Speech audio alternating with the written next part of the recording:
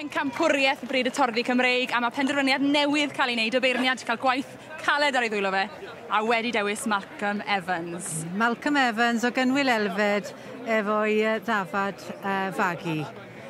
Ddafad ddwy flwydd. Ddafad ddwy flwydd, ddafad bendigedig. A mae e'n dathlu fyna yn cael sash pencampwr y bryd. Odi, mae sash lenni ac os dyn ni'n dathlu 20 mlynedd fel cymdeithas, so mae'n rosets arbennig a sash i'r pencampwr. Ac wrth i fod fyna. Wrth i fod, fydd na ddathlu mawr heno, i siwr.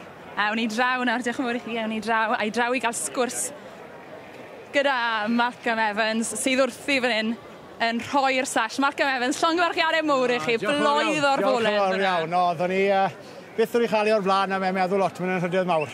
Lot o waith wedi mynd mewn i rhywbeth fel hyn, fyse? Wel, ni'n trefnu lenni at blwyddyn nesa, ond oedd y ddafad a o'n a fel oedd hi'n digwydd oedd hi wag llynne.